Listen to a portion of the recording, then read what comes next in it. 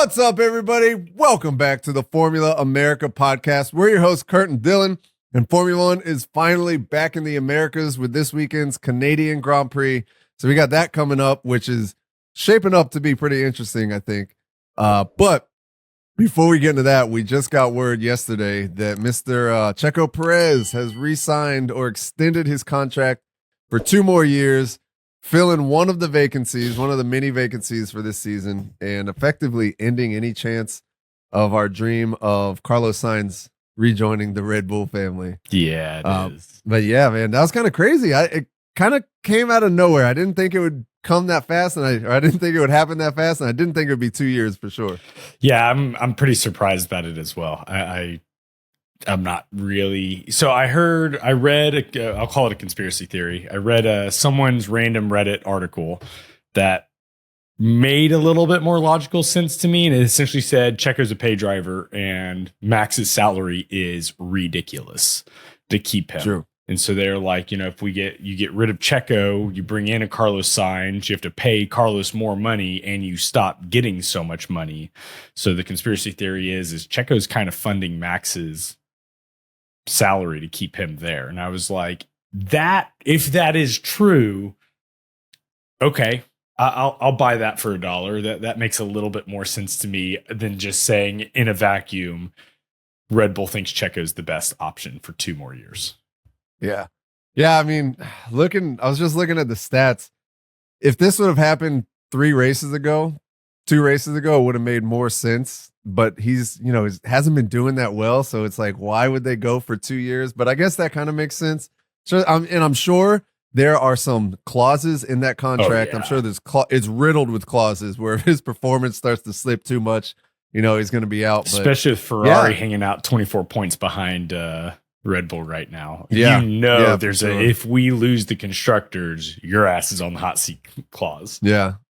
So, I mean, I'm sure this will kind of take a little bit of the burden off of Checo. I'm sure he'll be able to relax just a little bit. He's still got those clauses that he's got to fulfill, but I'm sure he can relax a little bit. So I wouldn't be surprised to see a rejuvenated Sergio Perez now. Yeah, I hope so. I'd like to see him do well. Yeah. He's Max's longest serving teammate now. He's been with the team for 4 years. I came over 2021, I think it was. No, I think he's been there 3. Is this maybe year 4? We should professionalism. We know this. Anyways, though, yeah, that's going to be, it sucks for Carlos. That essentially leaves Carlos with what are we looking at? Back markers. Not Alpine. Alpine. Maybe Alpine, but Alpine's, Williams. Yeah, Williams and Audi, I think, are the top 2 contenders for him, which sucks for Carlos, man. He's doing so well, and now he's got to go from fighting for wins to just fighting in the midfield and below. Fighting for points. Jeez. Yeah, how the mighty have fallen. That's pretty shitty. I feel pretty bad for Carlos. I do too. All right, but this weekend, Formula One back in the Americas again at the Canadian Grand Prix, which I got the weather report pulled up right here, man. And right now, as of this morning, it is showing rain on Friday, Saturday, and Sunday with thunderstorms on Saturday and Sunday. Hell yeah. Love a good rainy weekend. Oh, for sure. And I was looking up the highlights from last year. I forgot the quali last year was basically it was rained out at the end. It got to the point where the rain was so heavy that nobody could get any better times. We had Nico Hulkenberg starting P2 front row last year. Yep. It was a crazy race last year. Ton of fun. Like this is a cool track. I don't think it favors Red Bull though, because it's a low downforce, really slow cornering track, which Red Bull the past couple of weeks, month, have really been struggling on the slow speed sections. And I think Ferrari and McLaren have made some big leaps and bounds on handling their slow speed stuff. So I don't think that Red Bull is going to be a mile ahead on this one by any means. Plus you throw in the wet. I think that we might have a pretty even, could be anyone's game at the front. It's so exciting. I was racking my brain over my predictions, and I love that because you've got Red Bull, Ferrari, McLaren, 6 different drivers. Any one of those guys could be up at the top.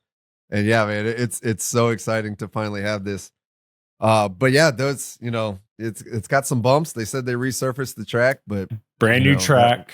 So the evolution is going to be crazy and it's not rubbered in at all. And with the rain, it's already a pretty low traction surface. I think that it could make it a slip and slide out there. And also, we can't forget the Beavers. Yes, which the Beavers have wreaked havoc at this track. Was it last year or the year before where essentially they had to stop practice because the Beavers chewed through too many cords or something? Problems you only face in Canada and probably Australia. So we definitely got the Beavers to deal with and the weather this weekend. So it's going to be exciting. I'm stoked. So let's talk about it a little bit. So we got C3 through C5 tires, softest tire range in the lineup, resurfaced, brand new track. And they redid the curbs, which should be interesting because there are a couple of sausage curbs that have called a few people out. Named, Osama bin Russell last year as one of them. Real slow cornering. It's a right-hand turn track, 4.3 kilometers, a minute 13 second around it, pretty quick. Last year in the dry, we had 1 and 2 stoppers. The track abrasion is so low and the tire deg is so low that you kind of have a whole lot of options on what you want to do. Good undercut because of the track evolution track. So if it's raining, obviously that's not going to play as big of a part, but it's kind of anyone's game on the pit stops. Last year, all 3 dry tires were used in the race. And the last thing I got is we'll have Jack Dohan in the Alpine for FP1 as well. We will. He is going to be driving Esteban Ocon's car. Probably getting a little preview of what we got next year, I'm sure. Yeah, that's exactly. I wonder if he's going to be pulling wires out of it on his way out of FP1 just to mess with Ocon a little bit more. I would. I don't know. I think we're going to see Esteban Ocon on his absolute best behavior because he knows now he has to rebuild his reputation and try to get somebody else to sign him. At the end of FP1, playing with every dial on that steering wheel just to jack with Ocon. They'd all be in different spots. Dude, Esteban Ocon and Pierre Gasly is going to be the one to watch because Pierre, he knows he's got it. Esteban's got his tail tucked between his legs right now. So, or he's got nothing to lose and it's vengeance time. Can only hope. We have a K-Mag in the making. Oh my God. Yeah, that would be incredible to see. Well, you want to try to get into these predictions? Because I think this has honestly been the toughest predictions I've had all year. Yeah. I've got 2 sets of predictions here, and I don't know what I'm going to go with yet. I feel relatively confident on my poll, but my top 3, I got nothing. I don't feel confident on any of them. I could literally just throw a dart at a list of drivers' names right now, and it'd probably be the same as what I'm about to pick. Yes and no. I mean, you got Leclerc coming off the high of winning in Monaco. I think that it's still a question mark about the race pace of the Ferrari on a real track, not on a Monaco, right? But what's the race pace compared between McLaren, Ferrari, and Red Bull? I think is really tight. Man, I don't know. I said, it's not a Red Bull friendly track, but my issue that I'm going with, I'm not even looking really at car speed right now because of the weather, and so I'm looking more at drivers. Which drivers have a history of being good in the rain? So it's the equalizer. So it is a great equalizer. So what do you got? Who you got on pole? On pole. Okay, I will say that first when I did my predictions, I had Charles Leclerc on there because dry race. I'm thinking Leclerc's coming off a high and all that. I got to put Max on pole, man. Max, he pulls it out in the rain. He does. I put Max on pole just for that exact reason. There is no one more in tune with his car than Max in the rain. So I got Max on pole. Okay. All right. P3. I went with, I'm going to switch it right now. I'm putting Charles Leclerc P3. Ooh. I got Lando Norris P3. Okay. I did have Lando P3. But Lando, I think, is better in the rain than he used to be after Sochi. After Sochi, yep. So I'm going with Max in P2. I I'm have going Max and P2. Oh, I've got I'm Max rewriting. too. I'm rewriting my predictions right now as we're doing this. All right. P1. Who do you got in P1? I got Leclerc winning the race. Oh, damn. 2 races in a row. That would be pretty cool. I have Lando Norris. I put Lando there just now. I just thought about it. And I hope to see it. I think that what Ferrari's got going on is good. And I think that the way the track is set up with these low speed corners, I think Max is going to be fighting it. And I think Leclerc is going to come out on top just because you got 3 DRS zones, all of which are coming out of crazy slow speed corners. I think that this could be Leclerc's race. It could be. It could be. We've got just an update. Sunday afternoon, 74% chance of afternoon thunder showers. What time's we the might race start the I believe it's 3 p.m. Eastern, but I'm not 100% on that. So we might have some changing conditions. Central. Okay, so 2 p.m. So we might have potentially some changing conditions. So we'll see. All right, what's your wild card? I got 2 wild cards. I'm going to go with Hulkenberg. I'm going to say this is going to be Nico's best finish of the year. So his previous best was P9 in Australia. So I'm going Hulkenberg P8 or above. I like it. I struggled a lot with this wild card. I usually have one come to me pretty easily, and this one I really struggled with. So let me know if this isn't enough to be a wild card, but I'm going Williams points. Williams points. So one of the 2 drivers. One of the 2 drivers is going to get some points. I mean, I think that's pretty wild at this point.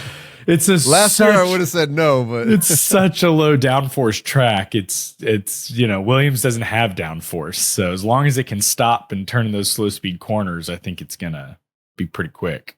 Look, Williams has been on the struggle bus this year, I think them getting points is pretty damn wild so far. So I'll allow that one. Yeah, I will say that my alternate on the wild card, which I still believe is going to come true, is we're going to have a Stroll hometown DNF. I believe he's going to wreck it out for sure this weekend. I've been seeing, I feel like the Stroll hate wagon kind of died down a little bit the past couple of weeks, but this past week leading up to his home race, I feel the hate wagon coming back. Like I'm starting to see more people commenting on him. And so I think the pressure is getting turned on. Yeah. Yeah. No, I don't think he's good at handling that pressure. No. Yeah, no, not at all. It's going to be a fun weekend no matter what. Canada usually delivers. So yeah, Canada's pretty interesting. So looking at it, we got on the East Coast, 1:30 p.m. for FP1, 5 p.m. for FP2, both on Friday. Saturday, 12:30 p.m. for practice 3, and then quali at 4 p.m. and then the race on Sunday at 2 p.m. So we'll see because Saturday it's looking like rain all day, 96%, cloudy, showers, and getting worse as the day goes on. So it's gonna make for a hell of a shakeup in quali. And it's gonna be cool. The high all weekend is 55. So damn, yeah, that is. I'm an idiot. The high is 66. The low is 55. The numbers mean something. Anyway. All right. Well, so after this weekend, we'll be back, obviously, to discuss what goes on. We'll see how much of an effect the Beavers have on the track in the rain. But if you like this podcast, make sure you leave us a rating and review. Share it with a friend if you can. Check us out on YouTube now, Formula America Podcast, and on Instagram, Formula_America. I think that might be it, unless you got anything else, Dylan. That's all I got, Kurt. All right. Well, on that note, stay classy, America. We'll see you next time.